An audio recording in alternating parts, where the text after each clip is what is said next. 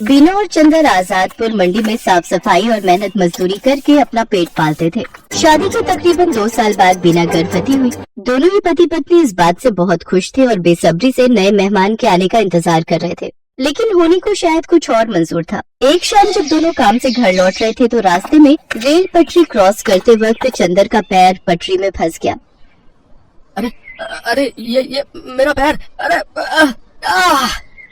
ये क्या हो गया जी? जल्दी जल्दी पैर निकालने की कोशिश कीजिए।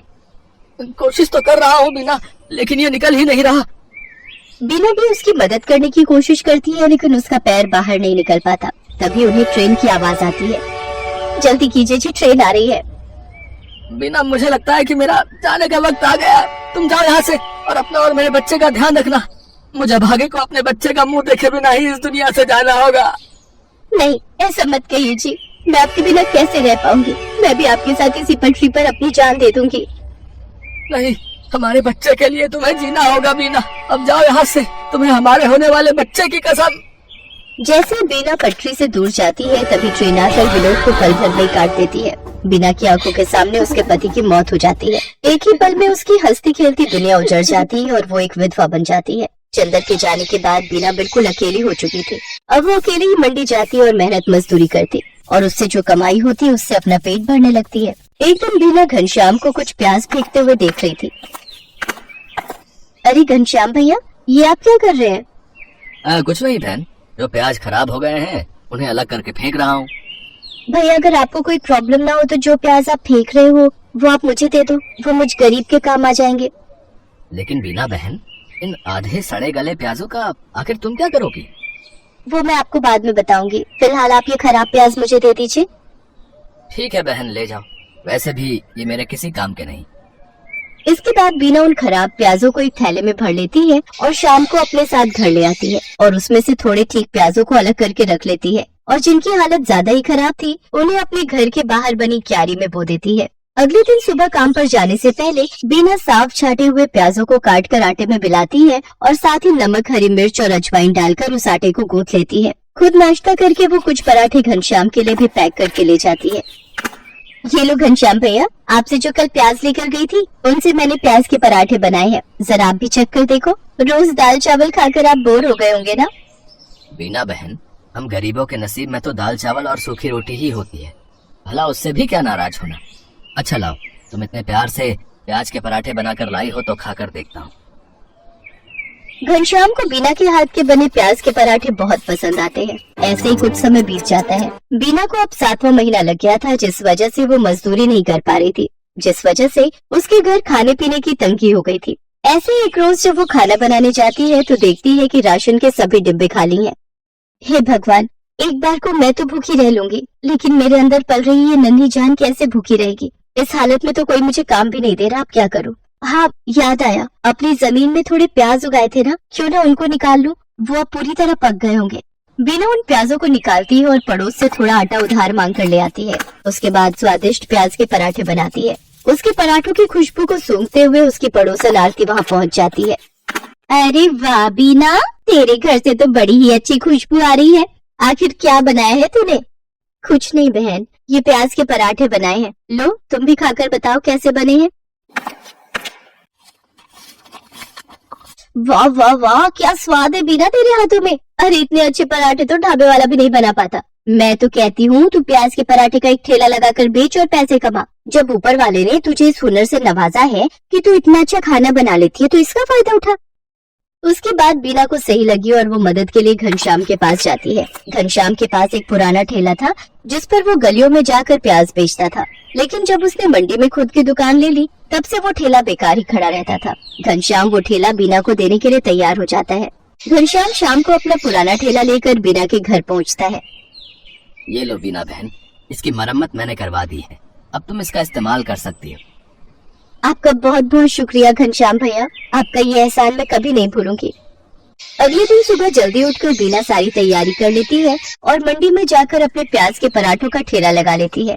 लेकिन काफी देर तक जब कोई ग्राहक नहीं आता तो वो सोचती है, हे भगवान, दिन ढलने को आ गया लेकिन अभी तक एक भी ग्राहक नहीं आया। अगर ऐसे ही चलता रहा तो मैं अपने होने वाले बच्चे को क्या खिलाऊंगी? लगता है अब बिजनेस चलाने के लिए कोई तरकीब लगानी होगी। एक काम करती हूँ, कम दाम करके बेचती हूँ। एक बार मेरे पराठों का स्वाद सबकी जुबान पर चढ़ गया तो वो कहीं और जा ही नहीं पाएगा। इतना सोचकर बीना आधे दाम में प्याज के पराठे बेचने लगती है। कम दाम में बहुत सारे लोग बीना के पराठे खाने लगे।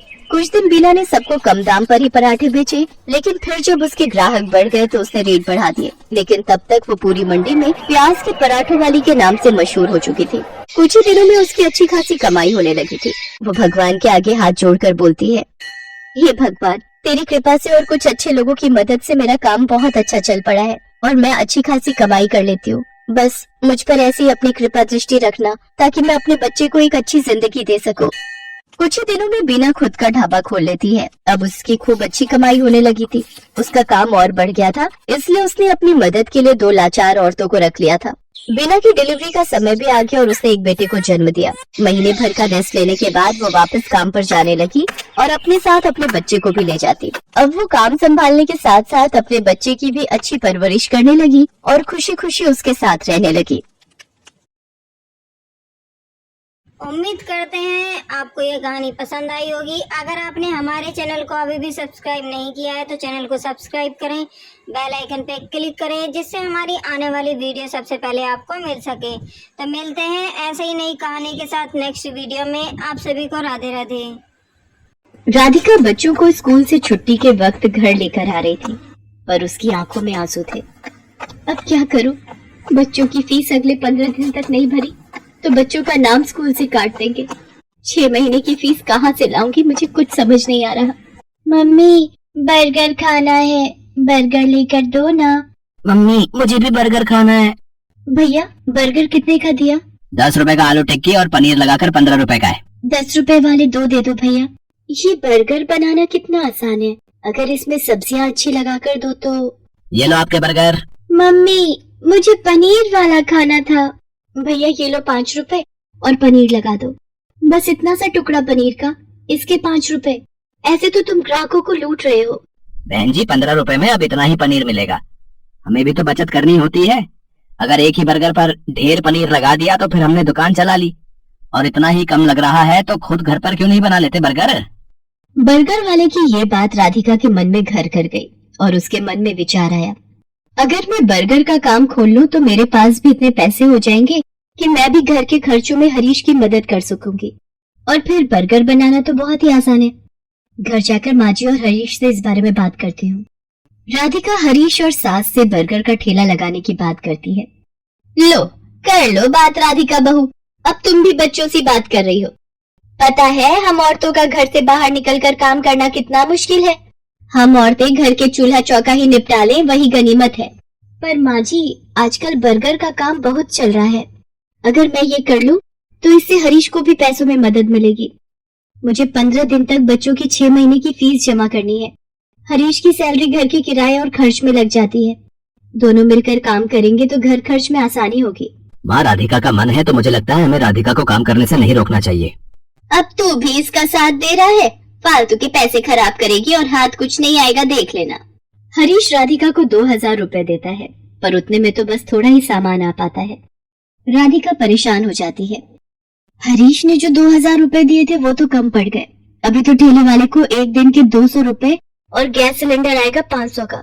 अभी और खर्चा करना बाकी है। मुझे कुछ काम उधार उठाकर करना होगा। बर्गर का ठेला लगाने के लिए राधिका को उधार में सामान लेना पड़ा।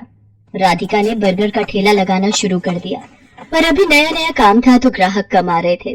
राधिका शाम के वक्त बर्गर का ठेला लगाती थी, पर जैसा उसने सोचा था वैसा बिल्कुल भी नहीं हुआ। मैंने सोचा था बर्गर बिक जाएंगे तो मेरी थोड़ी कमाई हो जाएगी, पर यहाँ पर तो एक भी बर्गर नहीं बिका। पता नहीं मेरी कमाई कैसे होगी। अगर कुछ दिन तक ऐसे ही चला तो माँ जी और हरीश मुझे इस काम के लिए मना कर देंगे। बहुत हिम्मत करके मैंने ये काम शुरू किया था। राधिका अभी ये सोच ही रही थी, तभी वहाँ एक गरीब औरत अपने 2 बच्चों के साथ आती है। दीदी, बहुत भूख लगी है, मेरे बच्चे 2 दिन से भूखे हैं। अरे, तुमने 2 दिन से कुछ नहीं खाया? रुको, मैं भी तुम तीनों को एक एक बर्गर देती हूँ। शुक्रिया दीदी, आज तुमने हमारा पेट भरा है, और जो भूखों का पेट भरता है भगवान उसे कभी भूखा नहीं रहने देते। तुम्हें जब भी भूख लगे तुम मेरे ठेले पर बेझिझक आ जाया करो, और यहाँ पर तुम अपने बच्चों के साथ अपनी भूख मिटा सकती हो। वो गरीब औरत अपने बच्चों को लेकर खुशी खुशी वहाँ से चली जाती है। राधिका घर आ जाती है, पर उस दिन उसकी कमाई नहीं हुई थी। ये देखकर उसकी सास गुस्सा करने लगती है। लो, मैंने तो पहले ही मना किया था कि ये चोचले पालने की जरूरत नहीं है।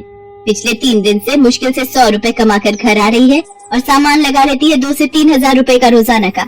अब रोटी सब्जी तो बनेगी नहीं, हम सब ये बर्गर खाकर पेट भर लेते हैं। क्यों, अब तो तू खुश है ना अपना नुकसान करके? माँ जी, मैं कोशिश कर रही हूँ ना, और मुझे विश्वास है एक दिन मुझे अपने काम में सफलता जरूर मिलेगी।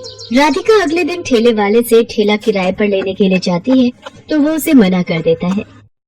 देखो बहन जी, मैं पिछले 4 दिन से तुम्हें उधार पर ठेला दे रहा हूँ, है 200 रुपए रोज का किराया है, बस आज के लिए और उधार दे रहा हूँ।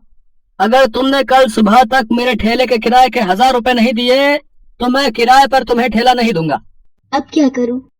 हरीश से मांगूंगी तो वो मुझे इस काम को बंद करने के लिए कह देंगे, और माँ जी तो पहले ही मेरे काम के खिलाफ है, पर मुझे अपने बच्चों के लिए पैसे जोड़ने हैं। हे भगवान, मेरी मदद करो। राधिका भगवान से प्रार्थना करती है कि उसके ठेले पर ग्राहक आ जाए। तभी नमस्ते जी, मैं पीछे वाली गली में बर्गर की एक दुकान चलाता हूँ। यहाँ से गुजरते हुए 2 दिन पहले मैंने आपको ये बर्गर का ठेला लगाते हुए देखा था। मुझे 15 दिन पहले एक अनाथ आश्रम के लिए बर्गर का ऑर्डर मिला था, पर 10 दिन पहले एक हादसे में मेरी सीधे हाथ की हड्डी टूट गई, जिसके कारण मैंने अभी बर्गर बनाने का काम रोका हुआ है। पर मैं ऑर्डर के पैसे ले चुका था, इसलिए मैं वहाँ मना भी नहीं कर सकता। अगर आप उस ऑर्डर के बर्गर बना सके तो मेरी बहुत मदद हो जाएगी। मैं आपको इसके लिए अच्छे पैसे दूंगा। जी, मैं जरूर करूंगी। आप मुझे बता दीजिए कितने बर्गर बनाने हैं। शाम को 4 बजे ही वहाँ पहुँचना है। जिन्होंने मुझे ऑर्डर दिया है उनके बच्चे का जन्मदिन है, वो अनाथ आश्रम 4 बजे पहुँच जाएंगे। वैसे मैं आपके साथ अपने एक आदमी को काम पर लगा देता हूँ जो आपकी इस काम में मदद करेगा। ये 5000 रुपए आप एडवांस रखो, बाकी के पैसे मैं आपको काम खत्म होने के बाद शाम को दे दूंगा, ठीक है? वो व्यक्ति मानो राधिका के लिए भगवान का रूप बनकर आया था। राधिका की सारी परेशानियां दूर हो जाती हैं। वो अपने उधार के पैसे भी चुका देती है और बच्चों के स्कूल की फीस भी जमा कर देती है।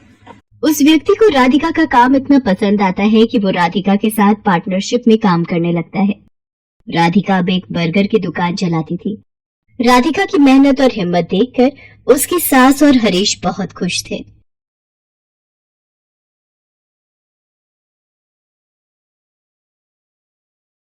तो दोस्तों, उम्मीद करते हैं आपको ये कहानी पसंद आई होगी। अगर आपने हमारे चैनल को अभी भी सब्सक्राइब नहीं किया है तो चैनल को सब्सक्राइब करें, बेल आइकन पर क्लिक करें, जिससे हमारी आने वाली वीडियो सबसे पहले आपको मिल सके। तो मिलते हैं ऐसे ही नई कहानी के साथ नेक्स्ट वीडियो में। आप सभी को बाय बाय।